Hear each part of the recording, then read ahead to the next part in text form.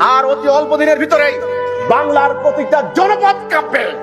বুঝতে হবে হিজবুত তৌহিদ দাঁড়িয়েছে একটা সভ্যতা নির্মাণ করার জন্য, অন্ধত্বের বিরুদ্ধে একটা আলোকময় সভ্যতা উপহার দেওয়ার জন্য, স্থবির হয়ে যাওয়া একটা সমাজ ব্যবস্থার মধ্যে রেনেসা ঘটানোর জন্য। রেনেসা মানুষের মানসিক পরিবর্তন, চিন্তাধারার পরিবর্তন, আকীদার পরিবর্তন, মানুষের মধ্যে মানসিকতা পরিবর্তনের জন্য দাঁড়িয়েছে হিজবুত তাওহীদ। এটা অত্যন্ত সাংঘাতিক বিষয়। সমস্ত দুনিয়া কাঁপানো আন্দোলন, অতি অল্প দিনের ভিতরেই সমস্ত দুনিয়া কাঁপবে হিজবুত তাওহীদের বক্তব্য শোনার পর।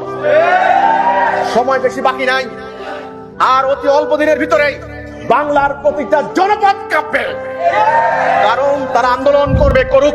আমি আগেই বলেছি, কাল নাগিনী, সুতানালী, পদ্মগুক্ষা, চিকন সাপ, মোটা সাপ, খাটো সাপ, লম্বা সাপ, বিষাক্ত সাপ, কোন সাপ গর্তে আর লুকিয়ে থাকতে পারবে না। তাদেরকে গর্ত থেকে বের হতে হবে। এই ভয়াবহ বংশীবাদকের বাঁশির সুর, এই সুরের নিদানে প্রত্যেকটা হৃদয় বিদীর্ণ করবে।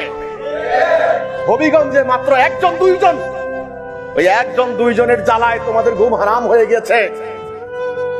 এত সভা, এত সেমিনার, এত মিছিল, এত সমাবেশ, পুলিশকে ডেকে এনে এত কিছু করো, মাত্র দুইজন